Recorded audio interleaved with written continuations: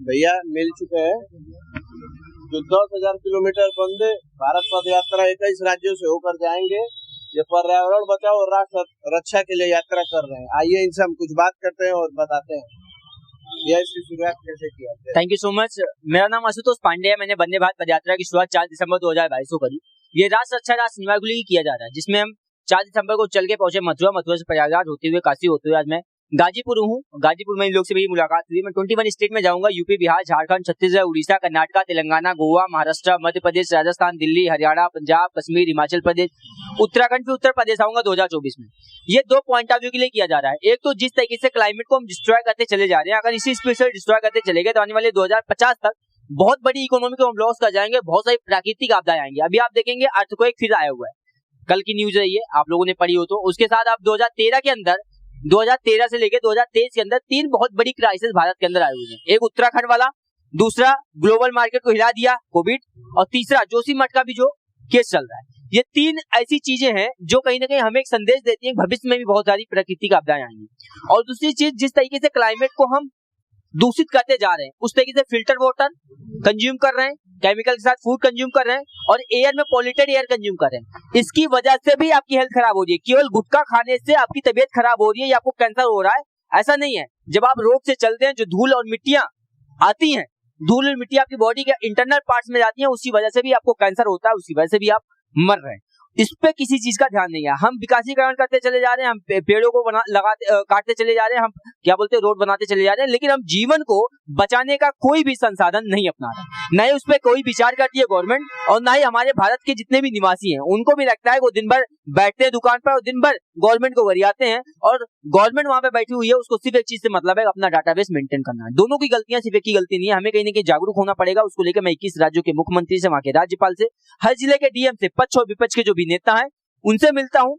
10 लाख वृक्ष को लगवाने के लिए उनसे संकल्प दिला रहा हूँ। दूसरा है कि 1000 स्कूल में सेमिनार करके मैं स्वयं में 10,000 वृक्षारोपण कर रहा हूँ, और युवाओं को बताया जा रहा है कि अगर आपको सबसे पहले कुछ बचाना तो अपनी रियलिस्टिक चीजें बचानी है, जो नेचर है। क्योंकि 5 मिनट भी अगर आपको जिंदगी सर्वाइव करनी है तो ऑक्सीजन की जरूरत पड़ेगी, उसके बाद सर्वाइव करनी है तो पानी की जरूरत पड़ेगी, उसके बाद सर्वाइव करनी है तो खाने की जरूरत पड़ेगी। ये तीनों चीज मिलकर आप जीवित रह गए तो जीवन में आगे जाने के लिए आपको स्किल्ड बेस्ड एजुकेशन की डिमांड करनी पड़ेगी, जिसको लेकर मैं डिमांड कर रहा हूँ कि भारत में अब स्किल्ड बेस्ड एजुकेशन की जरूरत है, जिसकी वजह से इंडिपेंडेंसी क्रिएट हो सके।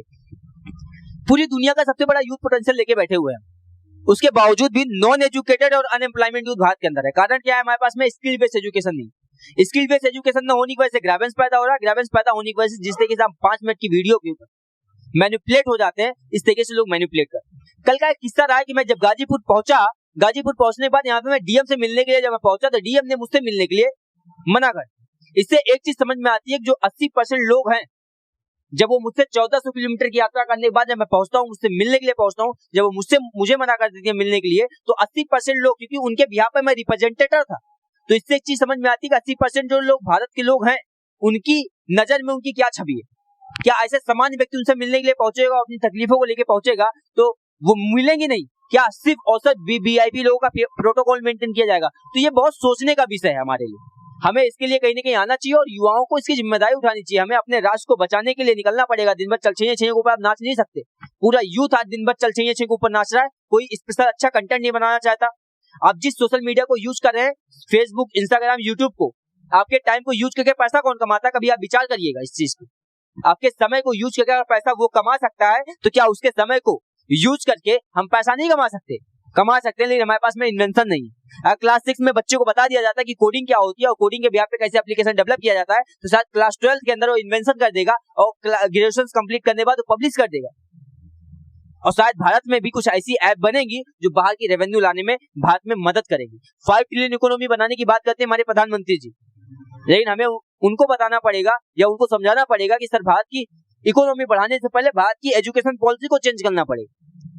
हर घर विकास की बात करनी पड़ेगी, हर घर इंडिपेंडेंसी की बात करनी पड़ेगी, हर घर स्किल बेस्ड एजुकेशन की डिमांड करनी पड़ेगी।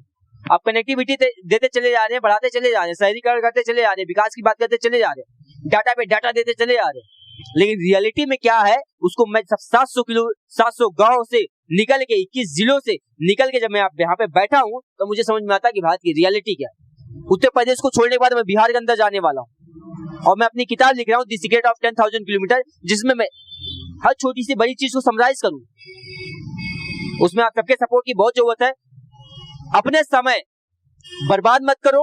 मैं सिर्फ एक चीज बोलना चाहूंगा, दूसरा राष्ट्र निर्माण के लिए अगर आप कुछ भी कर सकते हैं तो निकलिए, क्योंकि मेरे जैसे 1000 लोगों को निकलना पड़ेगा, पदयात्रा करनी पड़ेगी, तब लोगों में अवेयरनेस आएगी। नहीं तो हमारा भारत फिर से गुलामी के रास्ते पे जाएगा, उसको कोई रोक नहीं पाएगा सर। धन्यवाद। आपको भैया जैसे ये कैसे प्रेरित मिला कि हमको ये पदयात्रा करना चाहिए, जैसे पर्यावरण को बचाने के लिए, कैसे आपको लगा?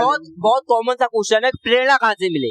मैं इसको बोलता हूँ प्रेरणा लेने की जरूरत नहीं है। आज अगर आप अवेयर हैं तो आपको प्रेरणा लेने की जरूरत ही नहीं है। सबसे बड़ी प्रॉब्लम क्या है आज ग्लोबल मार्केट की?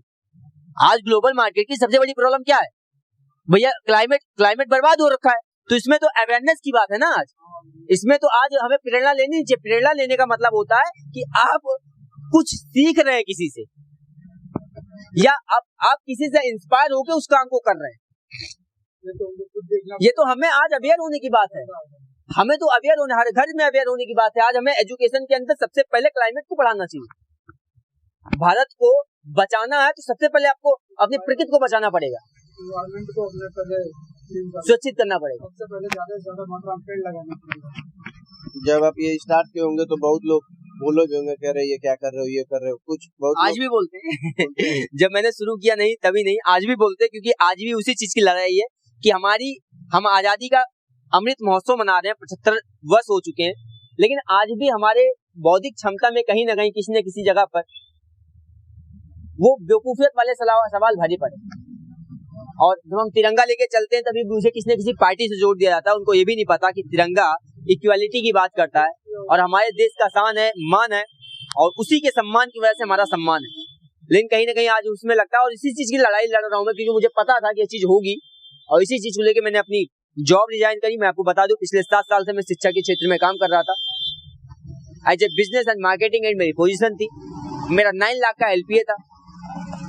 उसको रिजाइन करने के बाद मैं इस काम को कर, मेरे होटल चलते थे, मैंने उसको बंद किया। मैं 35% का स्टैक होल्डर हूँ, मेरी कंपनी है साइज बिजनेस सॉल्यूशन करके, उसको रिजाइन किया, छोड़ा फिलहाल, और अभी कंप्लीटली मैं आप सबके साथ में, आप सबके समर्थन के साथ काम कर रहा हूँ। इतने दूर से जैसे आप चल के आए, कोई भी हेल्प किया, कोई आपसे मिला, कुछ बोला? बहुत प्यार मिलता है लोगों को, लेकिन जो समझदार है, देखो मुझे ना प्यार सिर्फ 5% लोग का मिलता है, 95% लोग मुझे क्रिटिसाइज करते हैं, लेकिन जो 5% प्यार देते हैं ना, वो जरूरत से ज्यादा समझदार है, इसलिए प्यार देते हैं। और इसलिए मुझे थोड़ा प्यार नहीं देते, वो मुझे इतना प्यार देते हैं कि उसके बाद कुछ बचता नहीं, सारा मोटिवेशन वहीं से बढ़ जाता है। और मुझे ये भी पता है कि मुझे किससे नहीं बात करना, तो अभी अनुभव होता जा रहा है कि आपको धीरे धीरे पता चल जाता है कौन आपको फालतू में परेशान करने के लिए बुला रहा है या कौन सच में आपसे जेन्युइन बात करने के लिए बुला रहा है। क्योंकि उसके फेस, अब मुझे थोड़ी बहुत फेस रीडिंग आ चुकी है, 2-2.5 महीने का संघर्ष करते करते समझ में आ चुका किससे बात करना और किससे बात नहीं करना। तो कोशिश करता हूँ कि आपको उनसे बचिए जो फालतू की बातें करते हैं। तो आप जो ये पेड़ लगा रहे हैं, मतलब कहाँ पे लगाने के लिए एस्टेब्लिश कर रहे हैं? मतलब स्कूल के अंदर से, स्कूल के अंदर, सिर्फ स्कूल, और उसकी सुरक्षा के लिए कुछ उन्हीं के टीचर्स, क्योंकि मुझे लगता है कि आप भाई, आपके पास 50 हाथ पैर तो है नहीं, तो आपके जो शिक्षक हैं वो मुझे लगता है आज भी भारत के सबसे ईमानदार व्यक्ति, क्योंकि आज भी वो जब पढ़ाते हैं, क्योंकि मैं तो एजुकेशन इंडस्ट्री से होके आया हूँ ना, तो मुझे लगता है कि शिक्षक कितना भी बुरा हो जाएगा लेकिन उसके अंदर इंसानियत थोड़ी बहुत तो रहेगी। तो जब उनके परिसर में, उनके स्कूल के अंदर जब मैं लगाता हूँ तो उनसे बोला जाता है कि आप इसकी सुरक्षा करिएगा, और बच्चों को बताया जाता है, तो बच्चे भी बहुत ज्यादा प्रेरित होते हैं, और उनकी आंखों के सामने इस काम को किया जाता है तो उनके अंदर भी मोटिवेशन आता है, मुझे भी ऐसा कोई काम करना चाहिए। हम यही कहेंगे कि भैया अब यहाँ से बिहार झारखंड पहुँचने वाले हैं, जो लोग भी इस वीडियो को देखें भैया को सपोर्ट करें और इनकी हेल्प करें, और ये जो चाहते हैं उनको जरूर पूरा करें। यही आप लोगों से निवेदन है। जय हिंद, जय भारत।